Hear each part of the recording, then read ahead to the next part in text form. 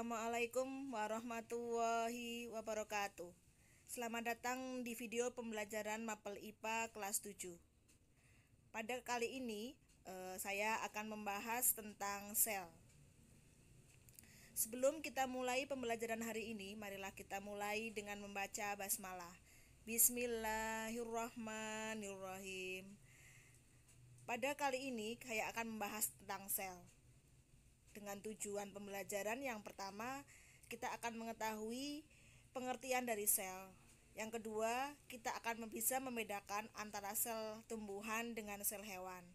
Dan yang ketiga, kita dapat mengetahui organel-organel yang ada pada sel.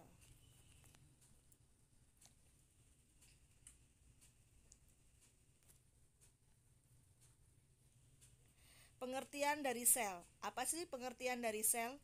Sel merupakan unit terkecil dari makhluk hidup dan tempat terjadinya peristiwa genetis makhluk hidup.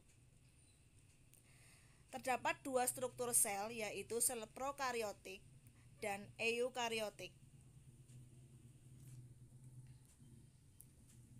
Apa sih perbedaan antara sel prokariotik dengan sel eukariotik? Untuk sel prokariotik adalah sel yang tidak memiliki membran inti. Biasanya terjadi pada protista dan bakteri. Sedangkan untuk sel eukariotik adalah sel yang memiliki membran inti. Contohnya pada sel tumbuhan dan hewan. Jadi di sini perbedaan antara sel prokariotik dengan eukariotik itu ada tidaknya membran inti. Di sini bisa kalian lihat gambar sel tumbuhan dengan berbagai organel-organel selnya, yaitu pada badan Golgi, vesikel, dinding sel, kloroplas, mitokondria, vakuola, retikulum endoplasma bebas, nukleus atau inti sel, mikrotubulus, dan membran plasma. Sedangkan gambar berikutnya adalah sel hewan, yaitu terdapat organel-organel diantaranya nukleus, mikrofilamen, mikrotubulus, mitokondria, membran plasma, vesikel, lisosom, ribosom bebas, retikulum endoplasma kasar, retikulum endoplasma halus ataupun badan Golgi, dan sepasang sentriol. Apa sih perbedaan antara sel tumbuhan dengan sel hewan? Sel tumbuhan di sini memiliki dinding sel sehingga bentuknya akan tetap. Sedangkan untuk sel hewan tidak memiliki dinding sel sehingga bentuknya berubah. Perbedaan yang kedua yaitu sel tumbuhan itu mempunyai vakuola yang berukuran besar. Sedangkan untuk hewan mempunyai vakuola yang berukuran kecil.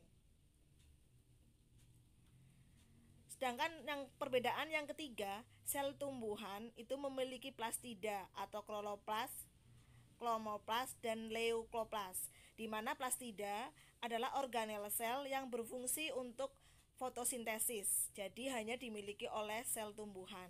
Sedangkan untuk sel hewan, karena hewan tidak bisa berfotosintesis sehingga sel hewan tidak memiliki plastida. Perbedaan yang keempat, di sini sel tumbuhan tidak memiliki sentriol. Sedangkan untuk sel hewan memiliki sentriol. Apa fungsi sentriol? Kita akan bahas setelah ini. Untuk organel-organel sel yang ada pada sel, yang pertama adalah badan Golgi. Apa sih fungsi badan Golgi? Badan Golgi merupakan tumpukan kantong pipih yang bermembran yang berfungsi untuk memodifikasi dan mengekspor protein. Atau dengan kata lain, di sini badan Golgi adalah organel untuk pengeluaran protein atau sekresi protein. Organel yang kedua yaitu dinding sel. Dinding sel merupakan bagian terluar yang berfungsi untuk memberi bentuk dan melindungi isi sel. Perlu diingat di sini dinding sel paling luar sehingga fungsinya untuk melindungi seluruh isi sel. Bagian berikutnya yaitu nukleus atau sering disebut dengan inti sel. Apa sih fungsi nukleus atau inti sel? Nukleus berfungsi untuk pengendali seluruh kegiatan sel atau mengatur seluruh kegiatan di dalam sel. Bagian berikutnya yaitu retikulum endoplasma atau sering kita singkat dengan RE, di mana RE adalah sistem membran yang terdiri dari tubulus-tubulus dan kantong pipih yang bersambung. RE juga dapat merupakan tempat melekatnya ribosom. Atau dengan kata lain, RE itu saluran yang menghubungkan antara membran sel dengan membran inti. Bagian berikutnya adalah mitokondria. Apa sih fungsi mitokondria?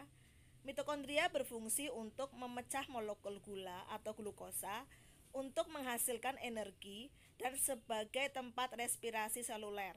Atau dengan kata lain, mitokondria adalah tempat respirasi seluler atau pernafasan seluler. Bagian berikutnya adalah kloroplas atau sering disebut juga dengan plastida yang hanya terdapat pada tumbuhan. Karena di sini kloroplas atau plastida berfungsi sebagai tempat terjadinya fotosintesis. Bagian berikutnya adalah ribosom. Ribosom merupakan kompleks yang terbuat dari RNA ribosom dan protein yang banyak ditemukan pada mitokondria. Tepatnya tersebar di membran dalam.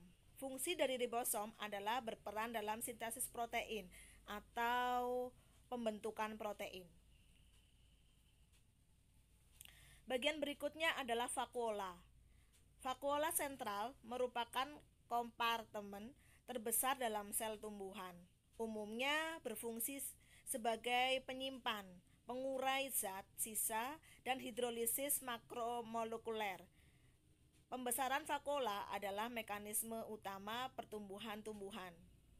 Di sini vakuola berfungsi untuk menyimpan cadangan makanan. Bagian berikutnya adalah lisosom.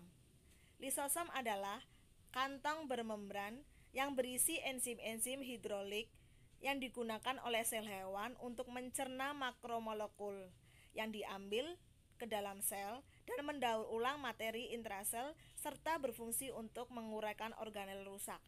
Atau dengan kata lain di sini lisosom untuk mencerna sel. Itu materi tentang sel yang dapat kami sampaikan. Marilah kita akhiri pembelajaran hari ini dengan membaca hamdalah. Saya akhiri, wassalamualaikum warahmatullahi wabarakatuh.